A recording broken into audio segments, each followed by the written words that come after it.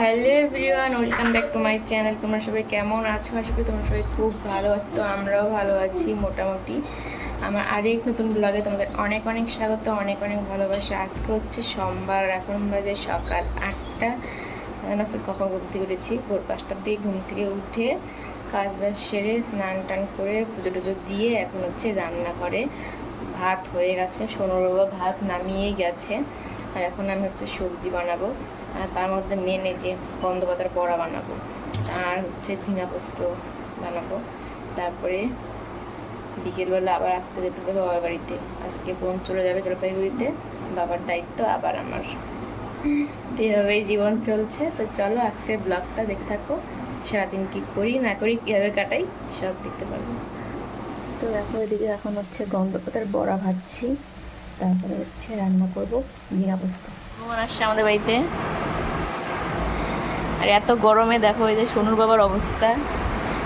ওটা কি দিয়ে আসছিস মুখের সামনে?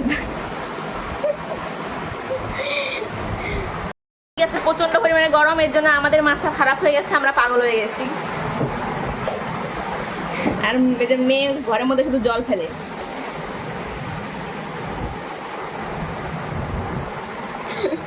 প্রচন্ড পরিমাণে গরম আমাদের দিকে, থাকা যাচ্ছে না আমাদের ঘরে। একটা ছাদ থাকলে যা হয়।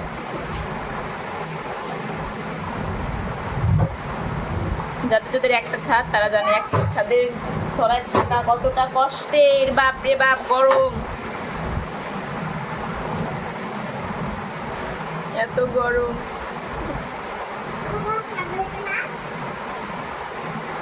ঘর এখন ঠান্ডা হয়েছে, একটুখানি জলে ঘর ঠান্ডা হয়ে গেছে। গরমে মনে হচ্ছে না যে এখন যাই ওই বাড়িতে, কিন্তু যেতে হবে। সময় পড়া আছে, আর আমারও যেতে হবে ব্যাগপত্র নিয়ে বাবার বাড়িতে। যে কদিন না মা আসছে বাড়িতে, সে কদিনের জন্য। ওখানে গিয়ে আবার দেখা হচ্ছে তোমাদের সঙ্গে। তো দেখো এই মাত্র বাড়িতে চলে এলাম।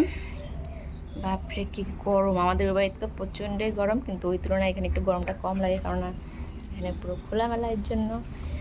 আর আজকে মিস্ত্রিগুলো কাজ করতে আসেনি, দেখো ওই কদিন ছিলাম না, কিন্তু অনেকটা কাজ হয়ে গেছে। তো চলো তোমাদেরকে দেখাই কী কাজ এদিকে হয়েছে। এই দেখো এদিকে পুরো গাঁথনি হয়ে গেছে, আর ওদিকে দেখো আমাদের গেট লাগানো হয়ে গেছে। আর গেটটা কেমন লাগছে সেটা কিন্তু জানাবে, ঠিক আছে? কেমন লাগছে গেটটা বলো তো? আমার তো ভালো লাগছে, তোমাদের কেমন লাগছে সেটা অবশ্যই কমেন্ট করে বলবেই। তোমাদের একটা রিকোয়েস্টেড ভিডিও ছিল, সেটা হচ্ছে শ্যাম্পু করে, সেটা হচ্ছে শ্যাম্পু করার পর চুলটাকে আঁচড়িয়ে বেনুনি করা। তো সেটাই করলাম, আর সেই ভিডিওটা এর পরের ব্লগে দেখতে পারবে। তো এটা, তো চলো আজকে প্রচণ্ড গরম, এই জন্য তেলটা দিতে পারলাম না। টাটা, পরে আবার দেখা হচ্ছে তোমাদের সঙ্গে। তো এখন যাচ্ছি এই যে ব্যাগ নিয়ে বাজার করতে। তো চলো যাওয়া যাক।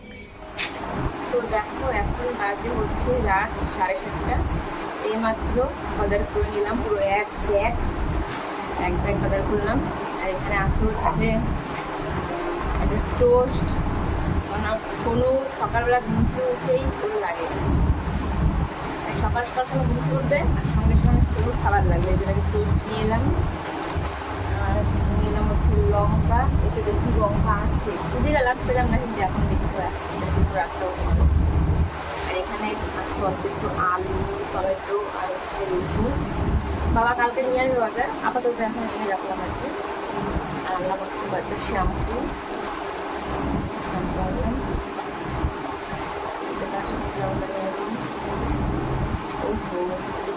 তেল নিয়ে এসেছি মাকে দিয়ে দেওয়ার জন্য, রাত্রে দিবনি, এখন দেরি হয়ে যাবে অনেক, রান্না করতে পারবে।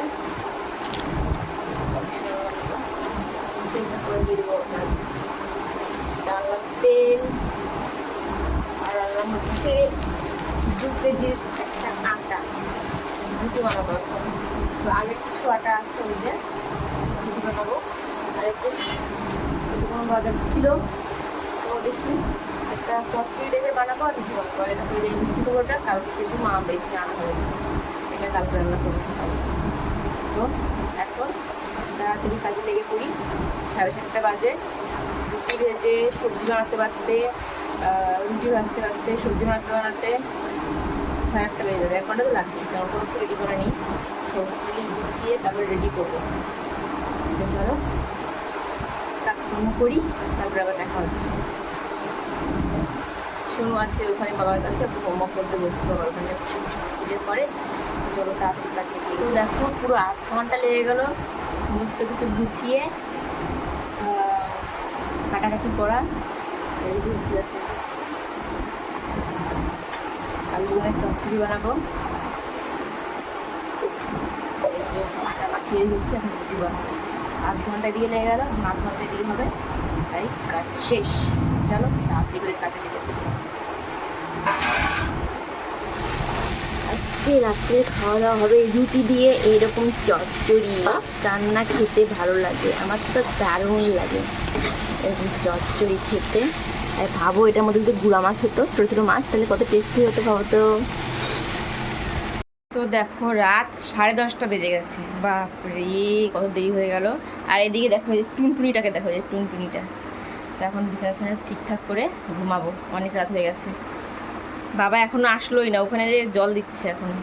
তো চলো আমার আজকের ব্লগটা এই পর্যন্তই রাখছি, আবার দেখা হবে নতুন একটি ব্লগে। জানি না কালকে কি হতে চলছে, কি হবে, কারণ দাদুর শরীর আবার খারাপ হয়ে আছে। মানে কিছু বোঝা যাচ্ছে না এই দাদুটাতে কি হচ্ছে, মানে কি বলবো, আর ভালো লাগছে না কিছু এর জন্য। কালকে সারাদিন ভালো ছিল, আজকে নাকি 3-4 বার ওই একই রকম হয়েছে। তো এই জন্য যখন থেকে শুনছি তখন তো আর ভালো লাগছে না। তো চলো কাল সকালে কি আসে আমাদের কপালে ভগবান জানে। তো আজকের ব্লগটা এই পর্যন্ত রাখছি, ভালো লাগলে একটা লাইক করে দিও। আর তোমরা যারা নতুন তারা চ্যানেলটি সাবস্ক্রাইব করে আমার পাশে থাকো, ফেসবুক থেকে দেখলে ফলো করে আমার পাশে থাকো। তো চলো আজকের মতো টাটা, গুড নাইট, বাই, সবাই ভালো থেকো, সুস্থ থেকো।